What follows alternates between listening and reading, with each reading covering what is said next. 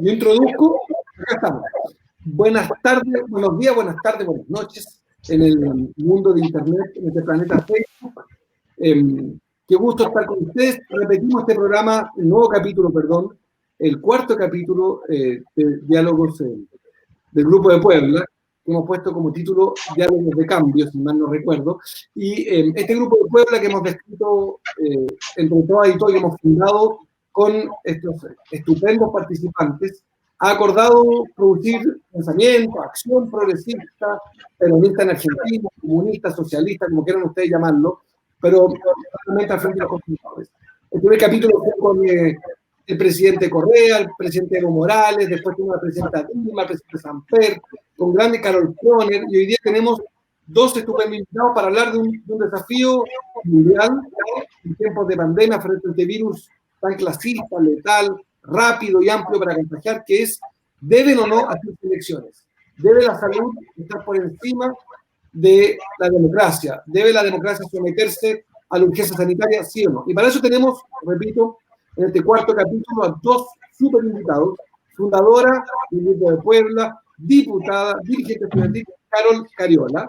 Ella es, bueno, es mucho más que una dirigente política porque es gran protagonista del debate hoy, el debate de la oposición, del cambio, es del militante del Partido Comunista, matrona, y es diputada por un distrito de la capital de Chile, que es, en Chile se llama la región metropolitana, y se le dice Santiago, que tiene 50 y tantas comunidades, diputada por, ya ni me acuerdo, muchas comunidades populares. Distrito 9. ¿Cuántas? Distrito 9, 8 comunas. 8 comunas. Y el segundo invitado, que no el segundo, sino que simultáneo, como decía Cantinflas, y sucesivamente presenté, es Guillaume Long, que es, a ver, también es, al igual que Carol, es complejo, es académico, fue canciller del gobierno de la Revolución Ciudadana junto al presidente Correa, fue ministro de Cultura, es a mi juicio en materia económica de las reflexiones, a mi juicio más audaces. Es también uno de los 30 fundadores que estuvo en la ciudad de Puebla, donde en julio exactamente un año, para fundar este grupo de reflexión y acción. Me quedo callado, quiero preguntar, le propongo una conversación de 3 niveles, decirle a la gente de Facebook que puede primero compartir esto en su muro. Creo que la mejor manera de protestar, de empujar los límites de lo posible, es comunicando. Decía un mexicano que no hay revolución sin televisión. En este caso, Facebook será hoy, por lo menos, la plataforma de la revuelta o la revolución o la rebeldía, como quieran llamar, propositiva. Y le propongo 3 temas. Uno, que Carol nos cuente un poco de Chile, cómo está Chile en términos sanitarios, económicos, sociales. Que Guillón nos cuente un poco de Ecuador. Guillón pertenece a un grupo de dirigentes que o está exiliado, perseguido, autoexiliado. Ellos tienen todos los casos posibles de acoso político, judicial, obsceno, injusto e ilegal. Y después hablar un poco también, si les parece, de este debate. Deben haber elecciones en Ecuador, deben haber en Bolivia, deben haber en Chile, que tenemos en común que somos 3 de los países que vamos a entrar en un proceso electoral en pocos meses más.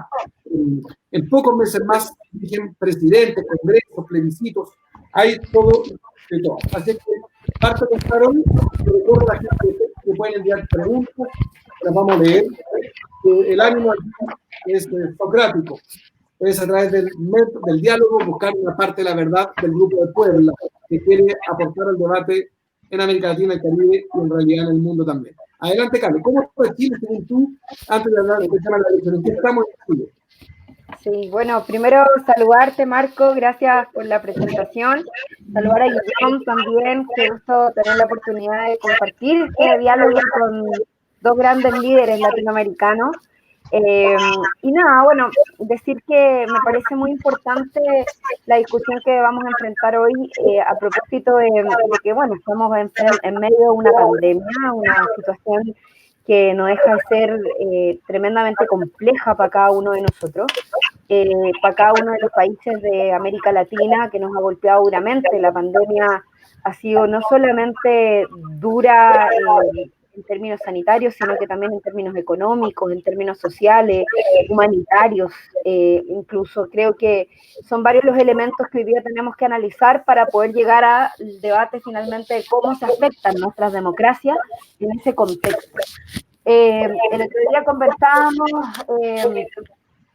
con algunos dirigentes políticos de nuestro país respecto de cómo lamentablemente hay sectores políticos que intentan aprovecharse de lo que está pasando en nuestro país y en cada uno de los países de América Latina para poner en riesgo y poner en jaque nuestra democracia.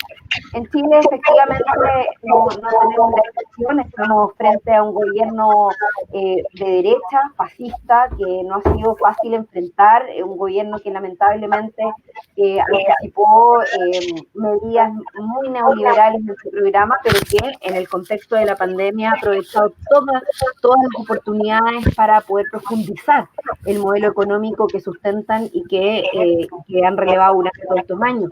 Muy en medio, por lo demás, de los procesos de transformación que Chile ya venía experimentando, un proceso de movilización que de alguna manera quedó estancado, que fue lo que tú llamaste recién como revuelta o rebelión popular, no sé, lo hemos llamado de distintas formas, pero que finalmente trae consigo un cuestionamiento profundo a la lógica, a la estructura y a las consecuencias del modelo neoliberal. Y creo que eso es algo que ha marcado también todo este proceso de pandemia, considerando que las debilidades del modelo de salud, las debilidades del modelo económico, a propósito de las grandes desigualdades en la distribución de los recursos, hoy quedan mucho más en evidencia. Pero eso no ha disminuido el ímpetu que tiene el pueblo de Chile por generar cambios, y eso lo demuestran las encuestas que dan cuenta de que el proceso constituyente que se abrió el 18 de octubre con la revuelta de Chile se mantiene muy vigente, que sigue siendo muy necesario para nuestro pueblo, y creemos que de ninguna manera se va a poner en riesgo porque el pueblo no lo va a permitir.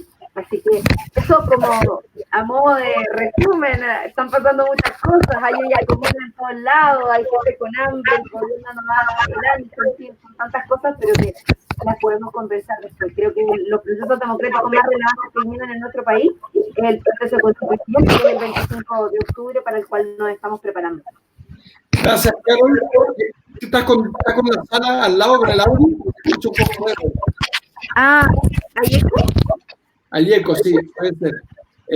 Pero bueno, aprovecho de recordar que estamos con Guillaume Long y con Carol Cariola hablando de elecciones, y hay gente de Perú, de Colombia, de muchos países que se está sumando. Y dejo ahora entonces a Guillaume Long que nos cuente un poco en qué está Ecuador, en lo sanitario, en lo económico y en lo político. Bueno, muchas gracias, Marco. Un saludo a todas y a todos. Qué bueno poder compartir con ustedes, con Carol, contigo, Marco, esta hora de debate sobre el gran tema, ¿no? El tema sobre si esta pandemia va a significar más retrocesos democráticos, como se vienen gestando lastimosamente en algunos países de América Latina y ciertamente en Ecuador. Los tres temas que tú mencionas, en el Ecuador le va bastante mal. En el ámbito económico estamos enfrentando un ajuste estructural de corte neoliberal desde la llegada del presidente Moreno al poder en el 2017. Se ha ido profundizando de la mano del FMI con muchísimos recortes de todo tipo. El gran modelo, digamos, el modelo exitoso de la Revolución Ciudadana era la gran inversión pública, que significaba mayor crecimiento, empleo, derechos también para la gente. Bueno, ya no existe esta inversión pública, el gasto social se ha reducido dramáticamente, cosas increíbles que podría narrar durante mucho tiempo, no nos va a dar el tiempo, pero hasta se han volado el salario mínimo en el Ecuador. Estamos en estos niveles, ¿no? Realmente de retroceso de derechos laborales, de todo tipo de derechos. Insisto, de la mano de un préstamo del FMI, con las grandes protestas que vimos, en eso se parece Ecuador a Chile, ¿no? Con las grandes protestas que vimos en el año 2019, en octubre del 2019, las mayores protestas de la historia contemporánea del Ecuador, ciertamente las mayores protestas de mi generación, que duraron en el tiempo y que además fueron masivas y fueron duramente reprimidas, con muchísimos heridos, con muertos también, 11 muertos, con esta práctica que vemos en la región de disparar bombas lacrimógenas a los rostros, ¿no? Igual aquí vemos similitudes entre Ecuador y Chile, con muchos jóvenes que perdieron un ojo. Bueno, este drama de la represión frente a la protesta, frente al neoliberalismo, desde el ámbito económico muy grave, y obviamente eso también ha afectado la capacidad del sistema de salud de responder a la pandemia, ¿no? Con despidos masivos en los meses meses anteriores a la pandemia en el sistema de salud, con recortes brutales en la salud pública, que nos dejó muy mal preparado para enfrentar la pandemia. Entonces, en el segundo tema que mencionas, Marco, una pandemia que creo que además ha sido muy visible en el caso de Ecuador, en los medios internacionales del Ecuador, con estas imágenes que vimos, ¿no?, de los cuerpos abandonados en las calles de Guayaquil, cifras que no son para nada reales, dadas por el gobierno nacional, que probablemente son 7, 8 veces menores a la cifra real. Si es que uno mira los promedios de mortandad año tras año, uno ve que en este momento hay un exceso de fallecidos de 25.000, quizás hasta 30.000 muertos en comparación con los años anteriores. Esto colocaría al Ecuador como uno de los países con mayor mortandad fruto de la pandemia. Per cápita, ¿no?, por millón de habitantes, el Ecuador está arriba en los números de mortandad. Es terrible, es una tragedia nacional y además algo que sigue con nuevos casos todos los días. Ahora ha pasado más bien el epicentro a Quito, al inicio era en Guayaquil.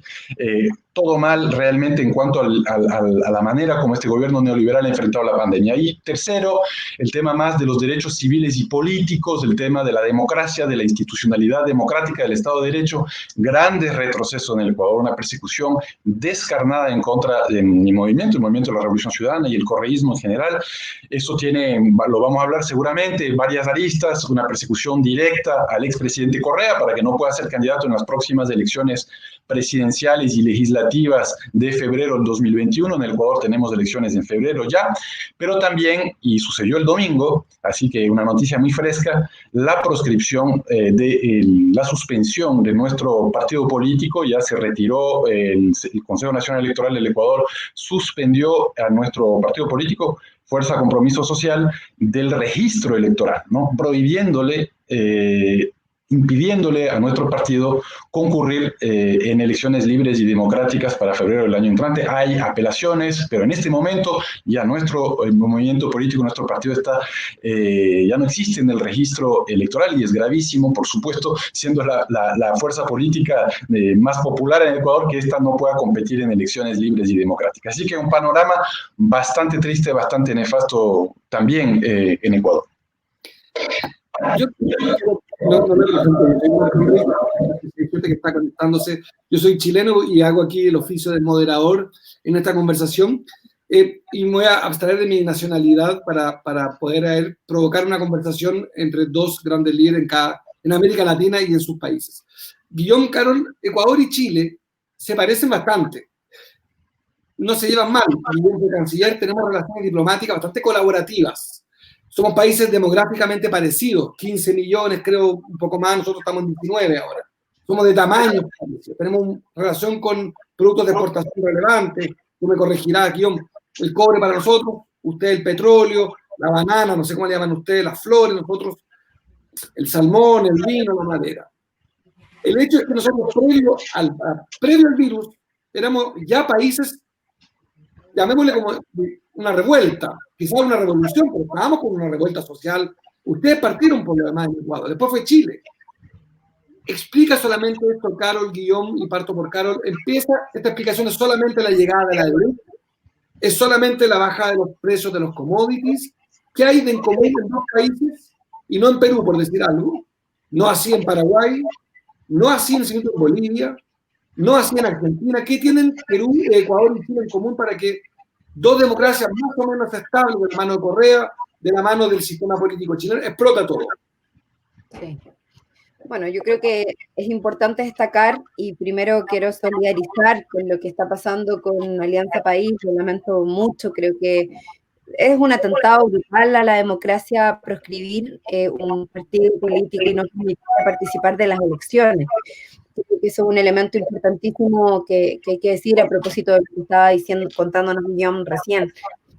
Creo que hay varias similitudes, sin duda. Nuestros países de América Latina se caracterizan por tener historias comunes, historias de pueblos muy aguerridos, de pueblos con muchos dolores también a nuestro haber, pero también en relación a cómo el neoliberalismo, su instalación, ¿cierto?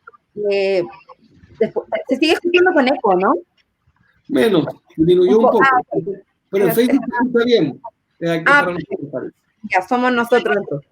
Bueno, entonces decía que me parece importante hacer este análisis que tú nos propones, Marco, porque efectivamente hay algunas similitudes, pero también hay varias diferencias, sobre todo porque Ecuador venía en un proceso de transformación muy importante, la Revolución Ciudadana, todos la miramos con mucha esperanza desde nuestra América Latina, y yo lamento mucho que ese proceso se haya visto interrumpido además por una traición tan brutal, ¿no? Como la que conocimos de Lenín Moreno.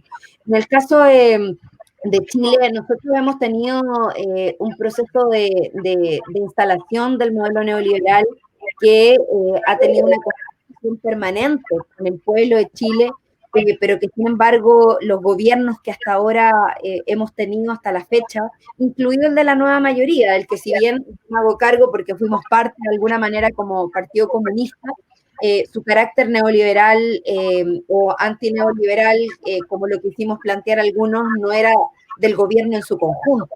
Hubo algunas políticas que sin lugar a duda hicieron alguna medida en el modelo. La gratuidad de la educación, la introducción de procesos de cambio a través de la reforma tributaria, a propósito de buscar una mejor redistribución de los recursos, una reforma laboral que entregó mayores condiciones al movimiento sindical, pero aún así el carácter antineoliberal de un gobierno en Chile hasta ahora no lo hemos tenido, a diferencia del proceso de la Revolución Ciudadana que generó cambios importantísimos, partiendo por generar la Constitución, por generar un proceso constituyente que cambió la estructura de ese país, pero que sin embargo viven hoy día un retroceso.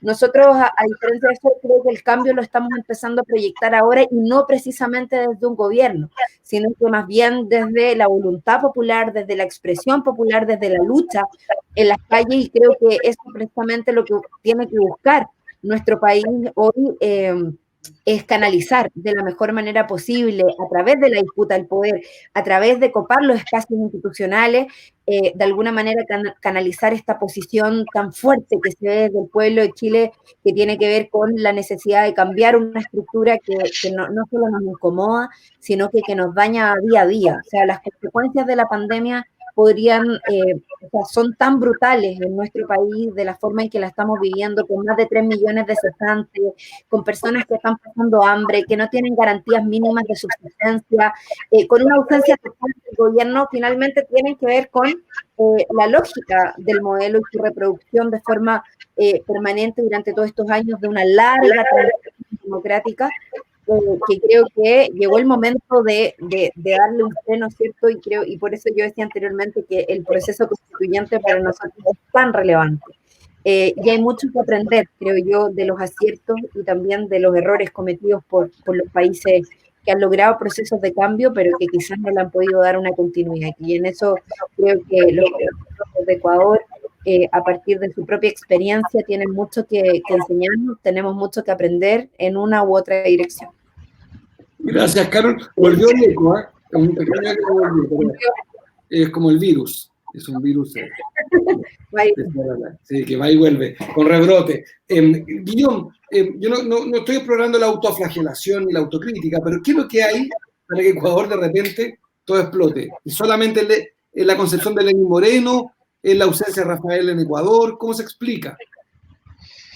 Sí, yo creo que hay varios factores. Hablabas de los factores estructurales, digamos, económicos, que afectaron a toda la región, sin duda alguna, ¿no? Desde 2014 en adelante, noviembre del 2014 en adelante, en nuestro caso se desploma el precio del petróleo y de todos nuestros commodities. Tuvimos los 2 últimos años de la Revolución Ciudadana, 2015-2016, con cero crecimiento, muy difícil, muy complicado, después de años de éxito económico, ¿no? En que habíamos crecido muchísimo, habíamos reducido pobreza. Entonces, los 2 últimos años fueron complicados para nosotros.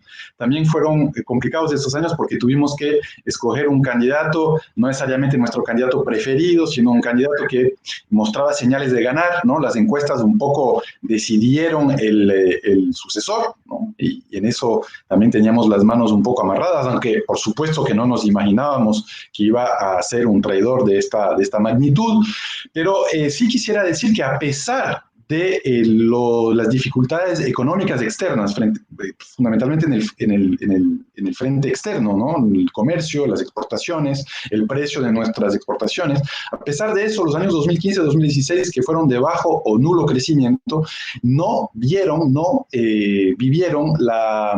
un incremento de la pobreza y de la desigualdad. Es increíble, pero primera vez en la historia del Ecuador, yo creo que desde que se miden estas cosas en el ámbito económico, que un choque externo de esa magnitud no significó una crisis sistémica, no hubo repunte de la pobreza, dejó de bajar con la misma velocidad de antes, pero siguió bajando la pobreza, importante, y seguimos reduciendo desigualdad. Es más, hay muchos estudios que demuestran que el costo de la crisis en 2015-2016 lo pagaron los deciles más altos de la sociedad, el 10% más rico de la sociedad, sin afectar mayormente, sobre todo al 70% más pobre, digamos, de la sociedad, y eso incluye a las clases medias. Entonces, eso era un logro, porque eso demostraba que nuestro modelo neoliberales que iba en contra de la austeridad, basado en los derechos y en la inversión pública, funcionaba en las buenas, cuando los precios de los commodities estaban buenos, pero también funcionaba cuando la situación se ponía difícil. O sea, estaba comprobada la vigencia de un modelo,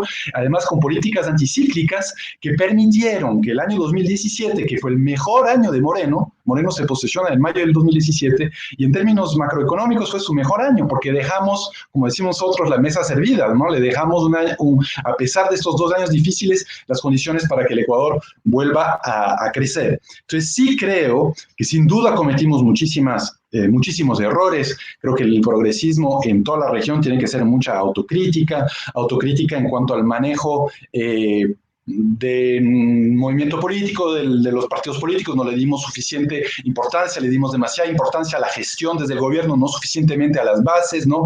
Un poco desde arriba, acelerando el proceso revolucionario, olvidándonos a veces que sin este acompañamiento permanente desde abajo no es sostenible en el tiempo. Cometimos errores, por supuesto, en escoger el sucesor, cometimos errores en cuanto al tema de las clases medias, que es algo recurrente que vemos en toda la región. El progresismo en América Latina se fue alejando de las clases medias. Brasil, Argentina, hay muchos ejemplos. Pero a pesar de eso, creo que de todas formas la culpa principal, mayor, abrumadora, yo diría, la tiene el neoliberalismo de Moreno, que o sea, en estos últimos años todos los indicadores económicos se han ido al piso, toda la institucionalidad del Ecuador se está desconstruyendo de forma muy agresiva, brutal, y creo que una vez más se está demostrando que el neoliberalismo no es un sistema justo, porque evidentemente castiga a los más pobres, a los más vulnerables, pero tampoco es un sistema inteligente, ni siquiera para nuestras élites. No hay crecimiento, no hay actividad económica, la austeridad profundiza el bache en vez de corregirlo, y eso demuestra, bueno, eso es otro debate, pero demuestra que nuestras élites, en realidad, y eso es un atavismo cultural latinoamericano muy grave, prefieren la desigualdad, prefieren su posición relativa de poder en la sociedad a la prosperidad, prefieren una sociedad desigual que una prosperidad incluso para ellos, ¿no? Y eso creo que ha quedado demostrado en los últimos 3 años de Lenín Moreno.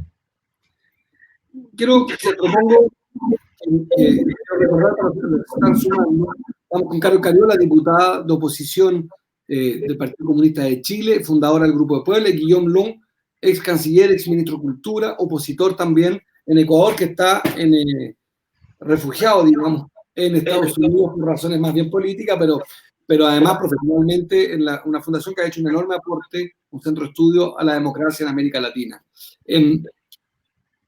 Francia hizo elecciones en tiempos de pandemia, postergó la primera vuelta municipal y realizó la segunda vuelta. República Dominicana hizo elecciones. Son 2 ejemplos de países que consideraron que la democracia debe desafiar también los problemas sanitarios. Nosotros en Chile hemos visto con Carol que no deben volver los niños a clase, porque la educación tendrá también que tener garantía de un cierto control del brote. En 60 días más en Chile, me corregirá Carol, hay el primer plebiscito de la historia de Chile por una convención constituyente. Si no me equivoco, en febrero del 2021 son las elecciones presidenciales y parlamentarias en el Ecuador. ¿Debe la salud ser la prioridad y por tanto habrá que esperar un poco más para la elección, postergarlas? ¿O no hay límite? La democracia no acepta tutela, ni postergación, ni pretextos. Carol. Sí, mira, bueno, hay otros países también que en medio de la pandemia llevaron adelante procesos electorales. De hecho, yo veía el dato de Corea del Sur, que llevaron adelante con una participación bastante alta, incluso teniendo voto voluntario, eh, un proceso electoral también. Yo creo, Marco, que, a ver, la democracia es fundamental para enfrentar cualquier proceso, ¿no? Las bases democráticas, la participación activa del pueblo en las decisiones son elementos que no se pueden postergar y que muy por el contrario, lo que hay que hacer es adaptar las condiciones para poder llevarlas a cabo. Tengo la convicción de eso, creo que aquellos que han intentado utilizar eh, la democracia como excusa, o sea, la pandemia como excusa para vulnerar o sobreponerse o pasar por arriba de procesos democráticos, me parece que tienen otras intenciones, ¿no? Personalmente creo que el plebiscito del 25 de octubre, que para nosotros es tan importante, ya decía anteriormente, ¿cómo logramos tener este plebiscito? No fue fácil, fueron muchos meses de lucha, muchos años de lucha, los últimos meses en términos de la movilización activa, pero desde que recuperamos la democracia hasta la fecha, es que hemos buscado tener un momento refundacional, por decirlo de alguna forma, de nuestra democracia, porque tenemos una democracia tutelada, sin soberanía, una democracia en la cual las posiciones mayoritarias no son las que comandan las direcciones del país. Y eso es algo que no puede seguir ocurriendo. Precisamente son, creo, las razones que motivaron la revuelta en nuestro país, el hecho de que los ciudadanos no se sienten parte de la institucionalidad de las decisiones. Cambiar la constitución de Pinochet, la constitución manchada con sangre, es un imperativo que el pueblo de Chile puso sobre la mesa y que por lo menos nosotros no podemos de ninguna forma desde la institucionalidad modificar. Quizás en los primeros meses, quiero recordar que el plebiscito tenía fecha para abril de este año. Tuvimos que hacer una primera postergación porque, claro, la pandemia y todo lo que venía era nuevo, pero ya con todos los meses que han transcurrido, sabiendo que existen países que han podido enfrentar procesos electorales exitosamente por otros mecanismos, creo que tratar de encontrar o en las condiciones económicas, como lo dijo Sebastián Piñera, o en los procedimientos técnicos, excusas para no llevar adelante los procesos democráticos, electorales al menos, me parece que no corresponde. Nosotros, por ejemplo, el Parlamento chileno hemos seguido funcionando, lo hemos hecho de forma telemática, de manera presencial, de forma mixta, o sea, hemos buscado los mecanismos para evitar a toda costa que el Ejecutivo tenga todo el poder en un estado de excepción. O sea, eso es completamente fuera de lugar cuando se trata de determinar democracias que se constituyen por diversas posiciones políticas. Y esa es la nuestra. Y por lo tanto, con todas las debilidades que esta tiene, nuestro objetivo es fortalecerla y de ninguna manera permitir que sea dañada por posiciones oportunistas que pretenden utilizar, lo vuelvo a decir, la pandemia, una situación coyuntural que nos afecta a todos y todas para soslayar procesos democráticos que son tan relevantes para nuestro país y para el resto de los países de América Latina. Gracias, Carol. Guillón, ¿debe haber elecciones en febrero, sí o sí? Sí, yo creo, estoy totalmente de acuerdo con lo que planteó Carol. Yo creo que una cosa es, por supuesto, tomar medidas importantes para evitar que un proceso electoral pueda significar mayor nivel de contagio. Ahí hay un trabajo técnico de varias personas que han, de hecho, hasta para los amigos de la OEA, no me incluyo, porque como bien decías, Marco, he estado trabajando en un centro de estudio que ha criticado fuertemente el rol de la OEA en el proceso electoral boliviano, llamando fraude lo que en realidad no tiene ninguna evidencia para que lo podamos denominar fraude, pero bueno, para los amigos de la OEA, y hay varios en este momento en el hemisferio, la OEA acaba de sacar un manual de elecciones en tiempos de pandemia, en donde te explica claramente cómo sí se puede llevar adelante un proceso electoral con medidas de seguridad, etcétera. Y yo sí creo que hay varios ejemplos, se mencionó a Francia, Corea del Sur, en fin, hay varios ejemplos. Obviamente tenemos que ser creativos, obviamente hay que ser pragmáticos, hay que ser realistas, pero claramente lo que no se puede permitir, Y lo que está sucediendo en América Latina es que la pandemia se vuelve un pretexto para retroceder en derechos políticos, en derechos civiles, en derechos electorales, y es lo que está pasando en toda la región. Quizás uno de los mayores ejemplos de aquello es la misma Bolivia, ¿no? Con un decreto, el decreto 4200 de marzo de este año, el gobierno de Áñez ya se ha ido en contra de la libertad de expresión. Cualquiera que critica el gobierno, y hay periodistas presos, no solamente figuras de oposición, sino periodistas presos en Bolivia por criticar al gobierno, porque eso va en contra de las medidas de seguridad nacional en tiempos de pandemia. O sea, es cerrar con autoritarismo absoluto todo con el pretexto de la emergencia nacional de la pandemia. Algo parecido está sucediendo en el Ecuador. De hecho, fue increíble. En abril, cuando todavía no sabíamos muy bien a dónde íbamos con la pandemia, ya el Consejo Nacional Electoral decía que había que postergar las elecciones de febrero del próximo año. O sea, no estaban hablando de las elecciones del próximo mes, sino elecciones que se iban a dar 10 meses después ya ellos, porque para ganar tiempo, porque veían que nosotros teníamos grandes posibilidades de ganar estas elecciones. Ha habido, pero eso, digamos, eso no solamente en el ámbito electoral, también es en el ámbito democrático en su acepción más amplia, ¿no? Entonces, obviamente, después de las protestas de octubre, Ecuador, pero también Chile y otros países, la protesta, la movilización está desmovilizada porque todos hemos estado en el ámbito privado, hemos abandonado de alguna manera el espacio público. Y eso se han aprovechado los gobiernos para acelerar sus reformas de tinte neoliberal.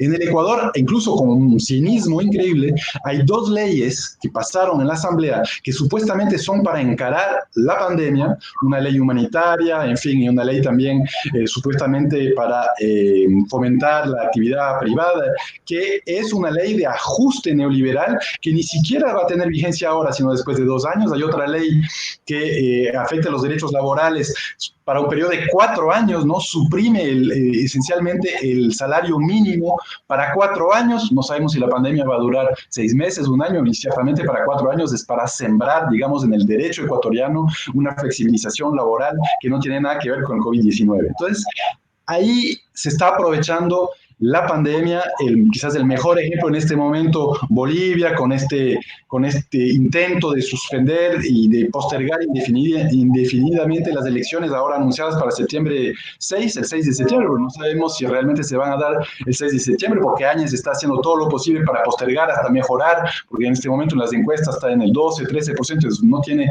verdaderas posibilidades, y está Arce, el candidato del MAS, con el 40%, entonces ganaría. Entonces, con el argumento del COVID-19, tratar de tomar medidas antidemocráticas. Lo mismo en Ecuador, además aprovechando la pandemia para acelerar el ritmo de las reformas neoliberales, quitarle poder al trabajo y darle todo el poder al capital. Quizás la pregunta la hice mal, porque una cosa son las elecciones, otra cosa son las campañas. Sí. Y una de las grandes cosas que en el siglo pasado y el antepasado nuestras democracias resolvieron fue el voto a la mujer, terminar con lo que en Chile se denomina el voto censitario, el voto según la capacidad de dinero. Pero la pandemia, que tiene este virus clasista que golpea más duramente a los más pobres, va a reproducir también la desigualdad en el voto, porque en Chile, por ejemplo, tenemos voto voluntario y también con los sistemas de voto obligatorio hay una cierta evidencia de que a mayor ingreso, mayor capacidad de informarse y de votar. ¿Cómo hacen proyectos de ruptura, proyectos de oposición, para competir en igualdad de condiciones con los incumbentes que van a un plebiscito, vale decir, Piñera en Chile o Moreno en Ecuador? ¿Cómo se hace campaña cuando se hace oposición? Ya la tradicional campaña de Rafael Correa y Guillón con megáfono, decimos en Chile, en la calle, no va a ocurrir. Las concentraciones populares que el Partido Comunista organiza van a tener que postergarlas, la fiesta de los abrazos, o sea, todo lo que era la iconografía, la promesa, estoy inventando, pero todo lo que nosotros entendíamos como la manera de hacer campaña, se acaba, ¿o me equivoco? Claro. Sí, no, obviamente, Marco, cuando ya vamos al detalle, ¿no? De, bueno, ¿cómo llevamos a cabo esto? Yo creo que hay un elemento que lo planteábamos recién en la discusión, que tiene que ver con los principios de defender la democracia, donde finalmente el pueblo el que mayoritariamente tiene que tomar las decisiones. Sin embargo, efectivamente hay cuestiones prácticas que no solo tienen que ver con los procesos de campaña, la desigualdad que se va a generar y que se genera por el alcance a las tecnologías, por el acceso al Internet, por el acceso a distintos mecanismos que son los que hoy día se han masificado en función del confinamiento domiciliario. Pero evidentemente también esto implica nuevos desafíos, o sea, buscar nuevas formas también implica nuevas formas de preparación, nuevas formas de influencia. Yo por lo menos tengo la experiencia de, como diputada de un sector muy popular, he estado recorriendo casi diariamente, ¿cierto?, todos los territorios en los cuales se están llevando adelante distintos procesos de organización popular, y creo que eso es muy interesante. Hoy día, quienes piensan que los sectores populares están confinados en sus casas están muy equivocados. Lo que está pasando en nuestro país, al menos, es que los sectores populares se están organizando y con mucha fuerza. Yo te digo, por ejemplo, solo en el distrito que yo represento hemos levantado una red de coordinación de organizaciones solidarias que se están vinculando entre sí, coordinadoras de ollas comunes, coordinadoras de centros de acopio, que se están vinculando precisamente porque entienden, ante la lógica de que el pueblo es el único que ayuda al pueblo, finalmente entienden que la organización popular hoy cobra más valor que nunca. La masificación de los medios de comunicación a través de las redes sociales y su democratización, por tanto, también han sido elementos muy importantes para la creación de conciencia. Entonces, yo creo que quizás las campañas tradicionales a las que estamos acostumbrados y que de alguna manera también se han ido modificando en su estructura, probablemente no van a ser las mismas que antes. Y a mí me parece bien que así sea. Hay muchas formas de campañas que por lo menos a mí no me parece que la propaganda verticalizada a la que probablemente la política tradicional estuvo acostumbrada durante muchos años, también se va a ver modificada en estos cambios que finalmente estamos experimentando como sociedad. Ahora, también es cierto que si la de los procesos electorales no se hacen entregando la certeza y la seguridad a todas las personas para poder participar de ella, evidentemente eso va a mermar la participación. Por eso es tan importante que los estados, en este caso nosotros lo estamos exigiendo al Estado de Chile, que todas las personas tengan la misma oportunidad de participar del plebiscito, de participar de los procesos electorales, de tener las herramientas necesarias para poder tener procesos de campaña en igualdad de condiciones, pero insisto, también esto requiere de un análisis mayor de aquellos sectores que hemos impulsado cambios durante muchos años, también de pensar nuevas formas. Hay formas de participación también que se han dado a través, por ejemplo, de la participación domiciliaria, papeletas que se llevan a la casa. Eso es algo que, al menos en varios países de Europa, se aplica ya hace bastantes años a partir de los plebiscitos que son vinculantes y que les llega el voto a la casa y las personas participan. U otros mecanismos, ¿no? que también papeletas cerradas, etcétera. O sea, son distintos los mecanismos que hoy día se pueden utilizar para lo concreto de la participación en el voto, pero también, y lo quiero vincular con la organización popular, que al menos en nuestro país crece, y yo por lo menos en eso me siento muy esperanzada.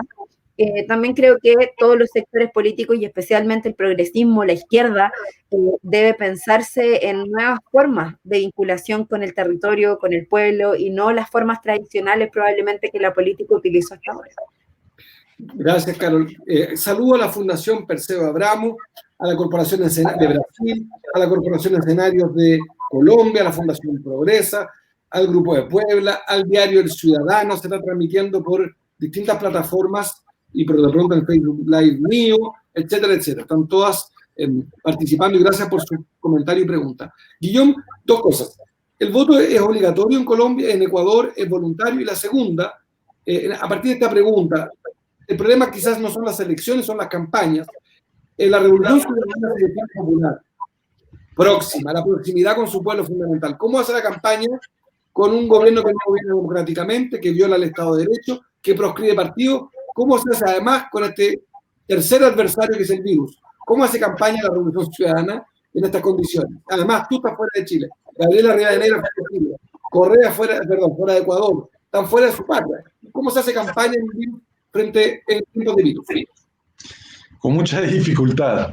Sí, en Ecuador el voto es obligatorio y hay altísimos, digamos, niveles de participación, ¿no? Como consecuencia también de este voto obligatorio y también a lo largo de los últimos años en la Revolución Ciudadana hubo 14 procesos electorales.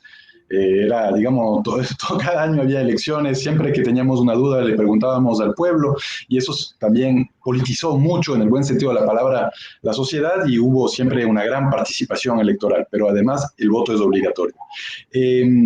La cancha ya estaba inclinada antes en contra de nosotros, ahora con el virus está todavía más inclinada en contra de nosotros en el proceso electoral. Es muy complicado, son retos muy grandes. Se le está dando a través de como consecuencia del virus, muchísimo más poder a los medios de comunicación. Muchos de esos medios de comunicación en Ecuador son medios corporativos, de derecha, en manos de las grandes, de las élites, sobre todo del poder económico-financiero en Ecuador, de la banca. Mucho vínculo con los medios de comunicación, que no son los que más nos quieren, ¿no? Porque nosotros hemos luchado contra, qué sé yo, la evasión fiscal, los paraísos fiscales, los abusos en las tasas de interés, los abusos de la banca en general. Ahí hay un tema muy importante en Ecuador que tiene que ver con la banca, con los banqueros, que tuvieron sus propios candidatos, los grandes candidatos ecuatorianos, incluyendo Guillermo Lasso, han sido dueños de los grandes bancos en el Ecuador. Ahí hay un tema que remonta a la crisis del 99, con la crisis bancaria del 99, que se parece a Argentina un poco con el corralito, es decir, ahí hay un tema con el capital financiero transnacional especulativo muy importante, los tenedores de bono, hay todo un engramaje del capital transnacional en contra nuestro. Entonces, y los medios de comunicación muchas veces son voceros de estos intereses. Ahí es complicado porque una campaña política en estos medios de comunicación es una cancha todavía más inclinada. Pero también hay oportunidades y es el hecho de que nosotros somos muy presentes en las redes sociales, damos muchas entrevistas de este tipo, de otro tipo, más que la derecha, porque la derecha tiene los medios tradicionales, y también en el confinamiento y el hecho de que la gente está en su casa, hay mayor consumo de redes sociales, hay mucho más gente que participa de medios alternativos, que ve, que escucha medios alternativos. Hablabas de los exiliados, sí, es un gran problema, pero es un problema más grande en una campaña presidencial de puerta a puerta, en la cual no pueden estar físicamente presentes, que una campaña virtual en donde todos nos podemos hacer presentes. Entonces, hay que ser muy estratégicos y obviamente hacer una campaña virtual en las condiciones que están, pero yo sí creo que hay oportunidades que podemos aprovechar y que de todas formas todas las encuestas también nos ayudan mucho. Si es que nos dejan competir, si es que no suprimen partidos y impiden candidatos a través del lawfare, vamos a ganar en febrero las presidenciales y yo creo, incluso las encuestas lo muestran, una mayoría legislativa en la Asamblea Nacional. Yo siempre creo que las promesas en las elecciones son sobre el cambio. Quien ocupa el domicilio del cambio gana la elección. Es una discusión muy de comunicación política, de estrategia. Para llenarla de contenido, ¿tiene sentido, según ustedes, vista la caída que la CEPAL pronostica de 9,1% del producto en América Latina, respecto al 4% en el mundo? El continente más golpeado va a ser este. 23% menos de exportación, 12% menos en volumen exportador. En fin, un drama en materia de pobreza, de hambre. Todo eso que todos y todas, por lo menos, llamamos a América Latina y el Caribe, lo leemos. La promesa tiene que ser en la campaña volver a la normalidad, volver a los sueños de antes de la pandemia o dibujar o construir un mundo distinto al que teníamos hace 4 meses. Pensar hoy día en Chile, por ejemplo, Guillaume, Carol, el desempleo va a estar en 28%. Puede llegar al 50% en los jóvenes. La promesa debe ser simplemente recuperar el empleo de diciembre pasado o pensar otro modo, una renta básica universal provisoria. ¿Cuál es el camino cuando uno es oposición? ¿Volver a la normalidad? ¿Un nuevo mundo? ¿Simplemente moderación? ¿Una fuerza tranquila de cambio como en Francia? ¿Cuál es la promesa? Sí, bueno, yo creo que hay algo, no sé si hoy día todos tenemos tan claro qué es lo que va a pasar después de la pandemia, ni todo lo que queremos hacer, ¿no? Claramente las cosas han cambiado. Yo, como dice Calamaro, no sé lo que quiero, pero sé lo que no quiero, ¿no? Claramente no queremos volver a lo mismo que teníamos. Yo creo que los países han cambiado y han sufrido procesos también de mayor conciencia. Eso lo he recalcado varias veces en esta conversación, porque me parece que es importante. La ruptura cultural del modelo, por lo menos para mí, es una base fundamental para poder desarrollar cambios estructurales en lo económico, en lo político, precisamente porque durante muchos años la hegemonía cultural del neoliberalismo en nuestro país fue total, fue absoluta. Hegemonizaron el desarrollo cultural de nuestra gente, de nuestro pueblo, los niveles de conciencia eran bajísimos. No estoy diciendo que esto haya cambiado radicalmente, pero sí creo que esa hegemonía cultural al menos hoy día está fisurada. Y ante esa fisura, ante una nueva realidad, las alternativas de la izquierda, las alternativas del progresismo, debieran estar dadas también por una mirada de cambio profunda, de cambio estructural, y por tanto decir que queremos volver a lo mismo que antes o a una suerte como de normalidad, al menos para mí no está dentro de las opciones.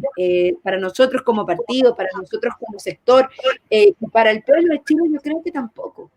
Hoy día también la pandemia ha dejado en evidencia, bueno, ya lo decía anteriormente, varias de las consecuencias que tiene el modelo en derechos sociales fundamentales, la salud, la educación, y para qué decir, la distribución de los recursos. Nosotros en Chile hemos impulsado el impuesto a los super ricos, que es un impuesto a las grandes fortunas, precisamente en la búsqueda de tener mayor recaudación del Estado para poder con eso equilibrar de alguna manera las condiciones de aquellos que hoy día concentran una gran parte del poder económico, que no les alcanza la vida para gastarse todo lo que tienen. Mientras tanto hay un gran sector, una gran mayoría del pueblo chileno que pasa hambre. Entonces, frente a ese contraste de realidad, cuando en este momento en el Parlamento se está discutiendo, de hecho, paralelamente hay muchos conectados con el Senado porque estamos en la discusión del retiro del 10% de uno de los grandes monopolios económicos que ha sido el sistema de pensiones que tenemos en nuestro país, que es una muestra quizás más clara de la expresión económica que tiene este modelo respecto de la concentración de los recursos, la concentración de capitales, la desigualdad en su distribución, y creo que frente a esa realidad, evidentemente nuestra perspectiva de ser de cambio y de cambio profundo, estructural, la vía de un proceso de democratización real, pero con soberanía. No podemos volver a tener una democracia sin soberanía como la que tenemos en Chile. Y lo digo así, porque pareciera ser un poco fatalista y extremo, pero la verdad es que yo creo que nuestra democracia, a pesar de tener procesos electorales, tiene tal nivel de eficiencia que la soberanía del pueblo se expresa en muy pocas oportunidades, por tanto, la fortaleza de nuestra democracia tiene que estar dada y de su profundización y su transformación a un nuevo sistema, a un nuevo modelo de país, a un nuevo modelo de desarrollo, precisamente debe pasar por el fortalecimiento del poder popular por sobre todas las cosas. Guillaume, en Ecuador el proyecto es un proyecto de restauración, es restaurar la justicia que existía antes, o estamos francamente a un mundo desconocido, como dice Carol, distinto. No, claro, yo estoy de acuerdo que no se puede vivir de la nostalgia y del pasado y decir vamos a volver a lo que había antes cuando las condiciones han cambiado dramáticamente. Además, más allá del tema del virus, hay nuevas condiciones, hay un endeudamiento brutal. Ecuador se parece bastante a Argentina en algunos casos, ¿no? Todo lo que digamos, después de un proyecto progresista, un cambio neoliberal radical, ¿no? Macri y Moreno ahí se comparan, acompañamiento del FMI, reformas parecidas. Y claro, o sea, yo creo que, digamos, como hemos visto en Argentina, los retos son nuevos, en Ecuador también serán retos nuevos cuando recuperemos el poder, pero de todas formas, hay aprendizajes del pasado que sí se pueden usar. O sea, cada país tendrá que ser sofisticado y creativo en cuanto a encarar los nuevos retos del futuro, por supuesto, no hay una receta, y yo estoy de acuerdo con tu idea de cambiar y no volver al pasado. Pero hay temas que son evidentes, que se pudo haber hecho. Siempre iba a ser un año difícil, ¿no? Pero hay temas que se podía hacer para proteger a los más desamparados, a los más vulnerables. En vez de flexibilizar todo lo laboral, de quitar el salario mínimo, de permitir a que el empresariado ecuatoriano pueda despedir a quien le dé la gana así y renegociar contrato cuando antes era ilegal, de la forma que lo están haciendo ahora, había como hacer un impuesto sobre digamos, los grandes patrimonios, sobre los patrimonios mayores a $1 millón, como han hecho otros países en el mundo. Había como luchar agresivamente contra la evasión fiscal. En este momento han flexibilizado, han hecho lo contrario. Nosotros tuvimos un referéndum, elevamos ese tema nacional a nivel de plebiscito, de referéndum, es decir, una gran causa nacional en febrero del 2017 para prohibir que sobre todo los funcionarios públicos, los políticos, etcétera, tengan haberes en paraísos fiscales. Teníamos una gran campaña de lucha contra la evasión fiscal y la fuga de capitales hacia el Caribe, hacia Estados Unidos, hacia Suiza, etcétera, etcétera. Bueno, ahora están dejando que suceda eso y eso pone a peligrar además nuestro esquema monetario en el Ecuador, que es bien diferente a los demás esquemas porque no podemos imprimir billetes. Nosotros somos una economía dolarizada. Si no hay dólares en la economía y todos se van a los paraísos fiscales del Caribe, evidentemente quiebra la economía. Entonces hay muchas cosas evidentes que se pueden hacer que podrían por lo menos aminorar el costo, sobre todo para los más vulnerables en el Ecuador y en América Latina, que no se están haciendo. Temas muy importantes, como por ejemplo lo que estamos haciendo en Washington en este momento, y muchas ONGs y hasta grupos políticos en Estados Unidos, en el mundo, el propio FMI, el think tank del FMI está a favor, le hemos logrado convencerles, que es la emisión de derechos especiales de giro, ¿no? Los DEX, que son, es complicado explicar, pero es una canasta de monedas que maneja el FMI. Hubo una gran transferencia de estas canastas de monedas en la crisis del 2009, la gente no lo sabe, pero todos los bancos centrales del mundo recibieron miles de millones de dólares para justamente que haya una mayor demanda, ¿no? Medida contracíclica para que la crisis del 2008, que tuvo grandes repercusiones después del 2009, no haga que no haya compradores. También le interesaba a los países del norte, a los países ricos, poder seguir exportando sus bienes industrializados, manufacturados.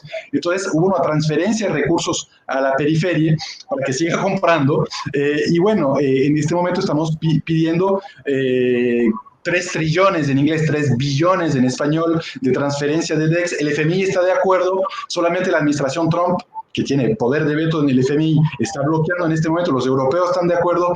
América Latina unida, los países de América Latina, y ahí también cabe el guiño de ojo a la integración latinoamericana, a la unidad de nuestras causas, de nuestras luchas. América Latina unida podría ser un lobby muy importante para que se haga esa transferencia de DEX. No es menor, estamos hablando de que para un país como Ecuador serían $6.000 millones, el equivalente a $6.000 millones, 6% del PIB, transferir ahí en tu cuenta del Banco Central.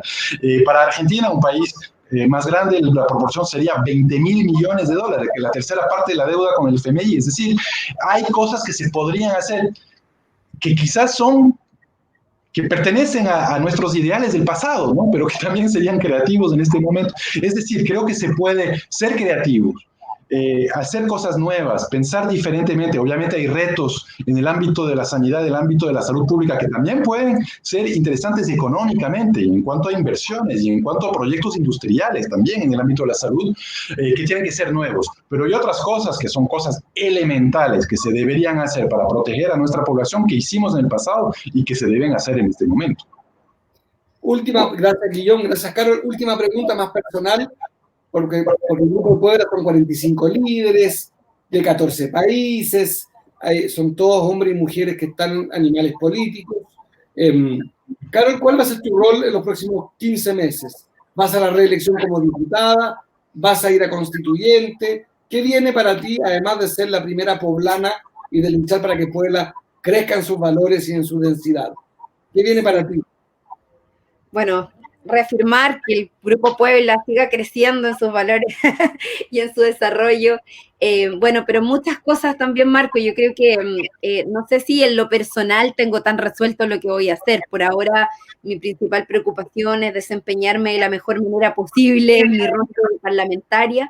Ya lo decías tú, tengo la responsabilidad de representar a más de 1 millón, casi 1,5 millones de habitantes que finalmente están en el distrito que me toca representar en el Parlamento, y eso es una tarea que al menos todos los días me levanto pensando en que quiero hacerla cada vez mejor, con más compromiso, con más trabajo, con más acciones. Lo que viene, no lo sé, creo que todo parte también, siempre yo creo que las definiciones personales, de alguna manera, cuando uno está en política, responden a las necesidades y a las intenciones de un colectivo. Yo pertenezco a un colectivo político que es el Partido Comunista de Chile, que además hemos ido construyendo una coalición con el Partido Progresista del que tú eres parte. Tenemos ahí la Unidad para el Cambio, que esperamos también crezca en su respectivo proceso electoral, primer proceso electoral que vamos a vivir juntos, que es la elección municipal. Pero mi principal tarea para los próximos meses y en el corto plazo es que el apruebo gane en el plebiscito. Yo creo que tener un resultado contundente por aprobar una nueva constitución es fundamental, tener la representación de constituyentes, ¿cierto?, de convencionales, o sea, dentro de la convención constituyente de los delegados, va a ser una tarea importantísima y esa es mi primera prioridad, más que pensar en candidaturas propias, personales. Creo que no es tiempo para eso. Creo que lo más importante es poner todo nuestro capital, nuestro trabajo, nuestro desarrollo cotidiano en salir de la mejor manera de la pandemia y en proyectar la mayor cantidad de cambios y lo más profundo posible para nuestro país y nuestra sociedad en su conjunto. Y obviamente siempre pensando en América Latina, que es nuestro gran pueblo, nuestro continente, que por lo menos nunca perdemos también, nunca lo perdemos de vista y en el cual siempre estamos pensando en función de que los cambios que en Chile podamos impulsar se proyecten hacia los otros países vecinos, hermanos, amigos, a los cuales esperamos que les vaya bien. Gracias, Carol. Y Guillaume, tienes también además vida académica, vida como investigador. ¿Qué viene en los próximos meses? Para ti la pregunta es más ácida, porque en febrero hay elecciones presidenciales. Bueno, yo creo que mi rol actual y así vislumbro, digamos, el mismo rol en el futuro, en los meses venideros, es tratar de apoyar el progresismo latinoamericano y obviamente en primer lugar el progresismo ecuatoriano desde lo internacional.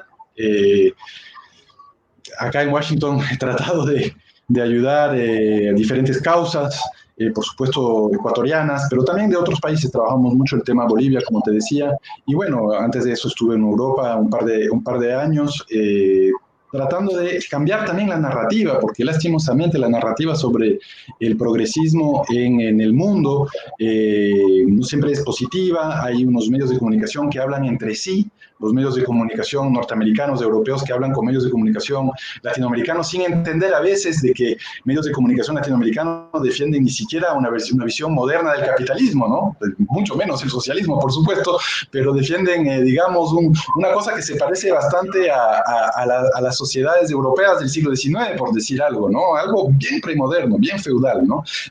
Digamos, el capitalismo latinoamericano le falta mucha modernidad y eso no entienden nuestras luchas muchas veces afuera. Entonces, tratar de ser traductor de estos procesos, luchar en ese sentido. Un ejemplo puntual ahora que estoy trabajando desde el domingo, la suspensión de nuestro partido político. Es un acto autoritario brutal que no se cubre en la prensa internacional porque solo en Estados Unidos lo único que interesa es Venezuela y Venezuela y Venezuela, pero si hay autoritarismo en otro país de América Latina no interesa. Entonces tratar de interesar, de traducir lo que nos está sucediendo y por supuesto también sabemos que eso, los medios de comunicación en Estados Unidos, si sale un artículo en el New York Times o el Washington Post, tiene muchísimo impacto sobre nuestras élites criollas y ejercer presión también en organismos internacionales de derechos humanos. Tengo algo de experiencia en la diplomacia, fui canciller, embajador en la ONU, en fin, tratar de mover esos hilos. Creo que en eso puedo ayudar más de pronto que siendo candidato, ¿no? Eso es mi proyecto. Mi proyecto vital sigue siendo América Latina,